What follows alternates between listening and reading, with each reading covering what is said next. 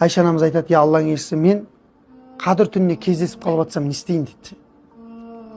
Қарасаңшы, күшті сұрақ қой. Молодец Айша анамызға да. Ол соны сұрамаса біз білмей қалатын едік. Мен қадір түніне кездесіп қалсам не істейін деді ғой. Сонда пайғамбар саллаллаху алейхи ва саллям: "Айша, біздің үйімізді көрдің ғой" деді. Кішкентай деді да. Соған бір 4 гектар жер сұра деді Алладан. 8 этаж үй сұра деді. Үлкен бір түйе сұрашы, қызыл түйе. Мына түйе жүрмейді, қанды ішіп болды. Дизельмен жүреді, мына түйе бар ғой. Немен жүрмейді деп айтпаған ғой пайғамбарымыз, көрдіңіздер ме?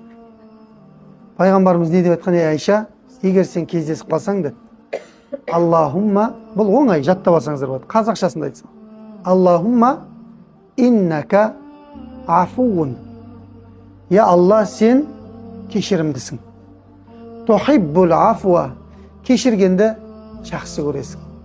Фағфу анни, мені кешірші дейді. Күшті дұға ма? Я Алла, сен кешірімдісің. Біріншісі, кешіргенді жақсы көресің, мені кешірші дейді. Қазақша айтсаңыздар да болады. Я Алла, сен кешірімдісің, кешіргенді жақсы көресің, мені кешірші. Қараңыздар, демек ең ұлы түн, қадір түнінен асқан бір түн бар ма жер бетінде? Қадір түнінен асқан, қадірлі Құдайдың құзырында бір түн бар ма? Айтыңыздаршы.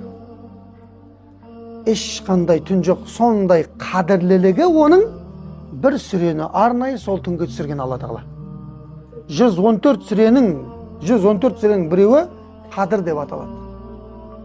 Дұрыс па? Алладан кешірім тілей беру. Айша анамызға айтып отқан қарасаңызшы, пайғамбарымыздың. Әлі сол жерде тұрмыз. Ей Айша деп атыр да.